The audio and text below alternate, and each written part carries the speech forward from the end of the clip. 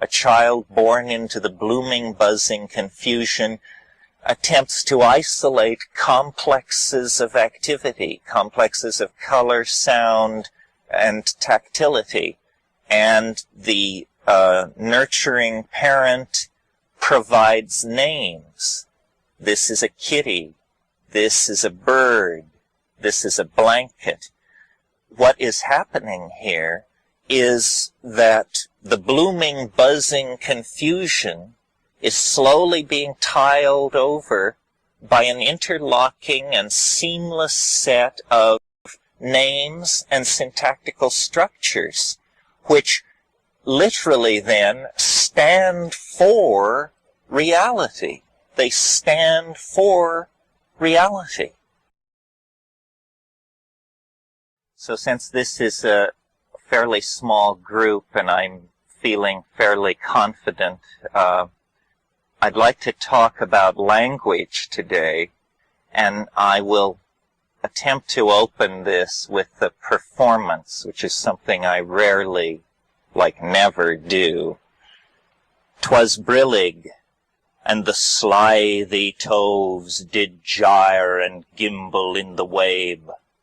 All mimsy were the borogoves, and the mony raths outgrabe. Beware the jabberwock, my son, the jaws that bite, the claws that catch. Beware the jub-jub bird, and shun the Firmius bandersnatch. He took his vorpal sword in hand, long time the maxome foe he sought. So rested he by the tum-tum tree, and stood a while in thought, and as in uffish thought he stood, the jabberwock with eyes of flame came woofing through the tulgey wood, and burbled as it came. 1, 2, 1, 2, and through his vorpal blade went snicker-snack. He left it dead, and with its head he went galumphing back. And hast thou slain the jabberwock? Come to my arms, my beamish boy. Oh, frabjous day, callooh, calais, he chortled in his joy. 'Twas brillig, and the slithy toves did gyre and gimble in the wabe. All mimsy were the borogoves, and the mony raths outgrabe.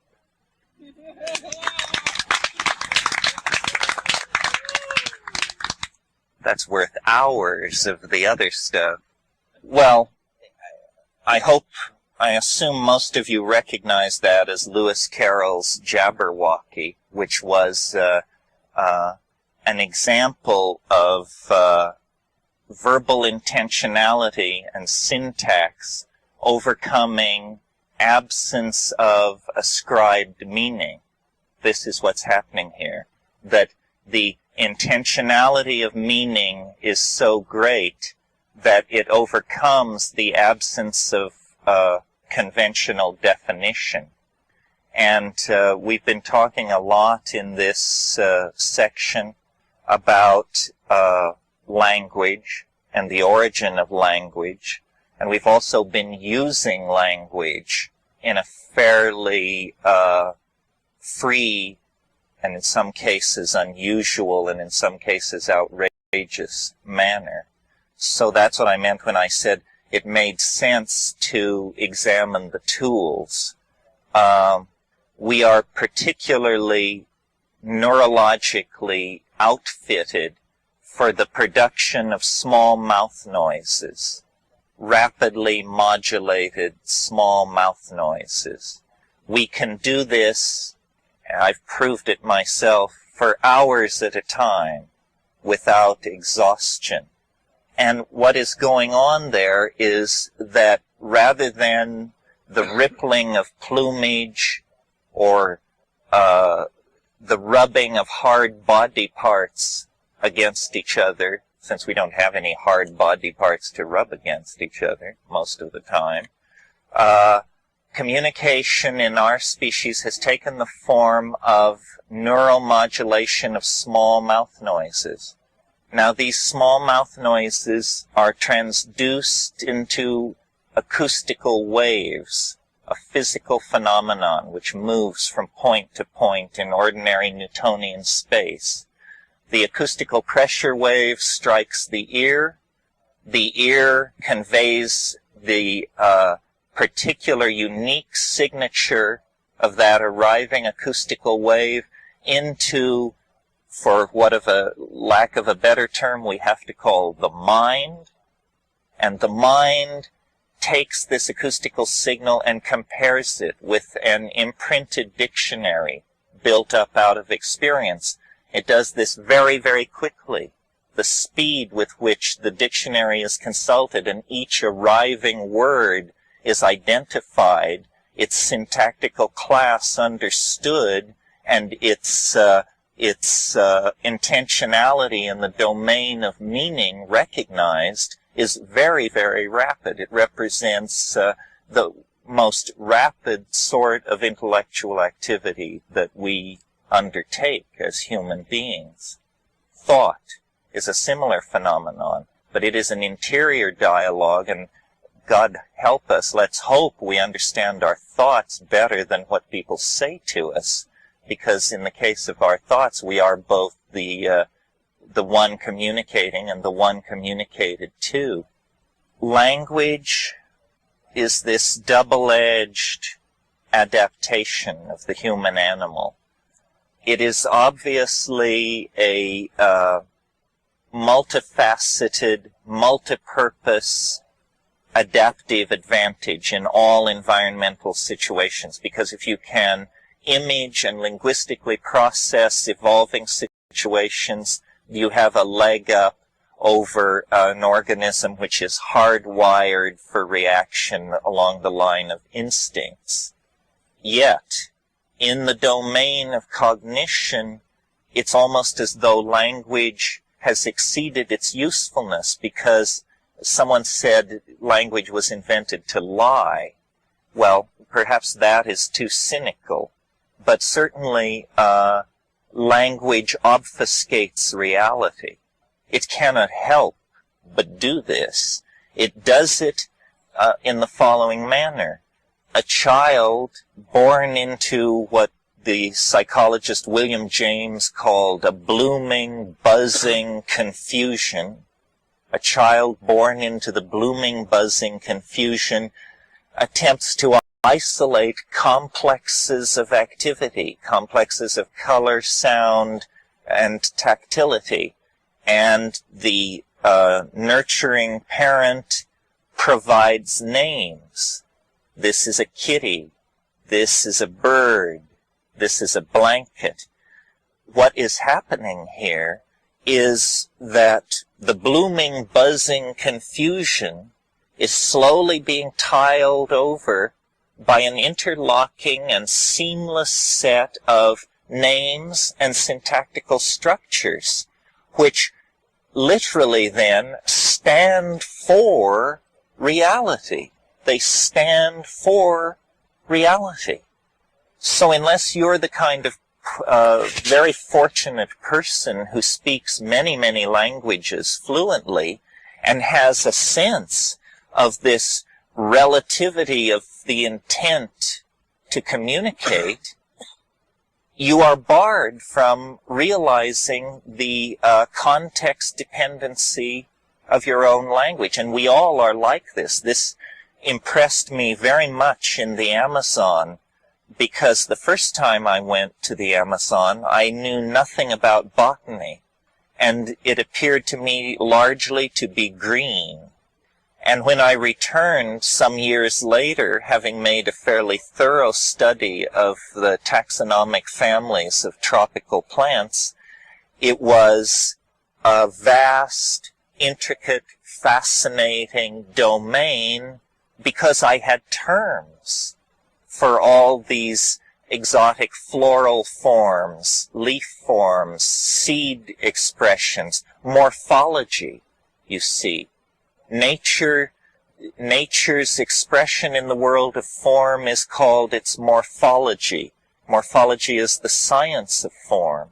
Well, form has, we tend to think of it as a Platonic concern. After all, aren't the forms somewhere in a Platonic hyperspace? Aren't they somehow above and beyond the machinations of language and perception? Well, they are if you're a Platonist.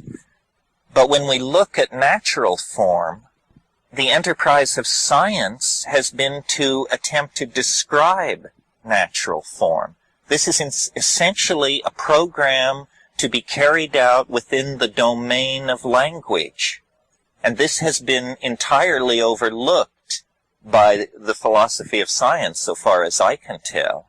I mean, the world is not made of anti-mu mesons and quarks and photons and electromagnetic fields. Reality is made of words. Reality is made of symbolic interlocking linguisto-mathematical constructs. Everything beyond that is pure conjecture.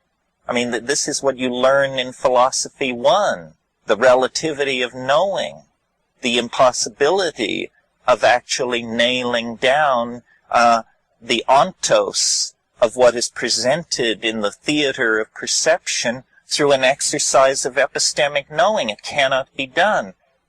Brain cannot fully elucidate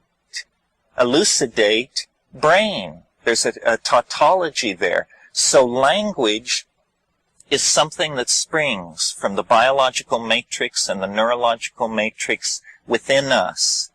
And its major, the major theme of its siren song to us is that it allows us to know the world and to communicate it. Well, the truth is it does allow us to know the world to some degree, and it does allow us to communicate about it, but a price is paid at every step of the way. First of all, because we are concrescent entities of feeling.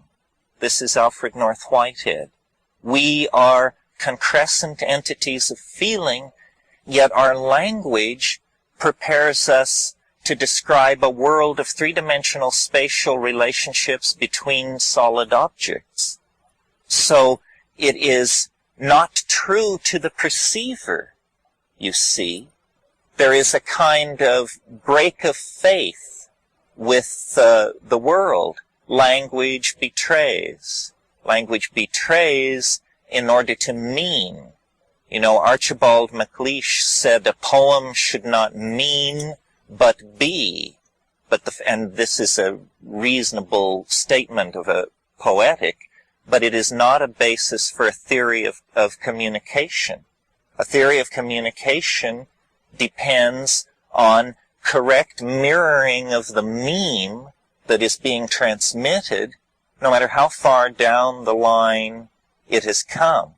Well, we talked in earlier sessions about the impact of biogenically active and psychoactive amines in diet, specifically in the diet of early hominids in Africa, suggesting that the catalysis of neurological development that has gone on over the last million years in the human species was catalyzed by what was at first a random exposure to these things, then a deepening exposure brought on by the consequent synergy of increased visual acuity.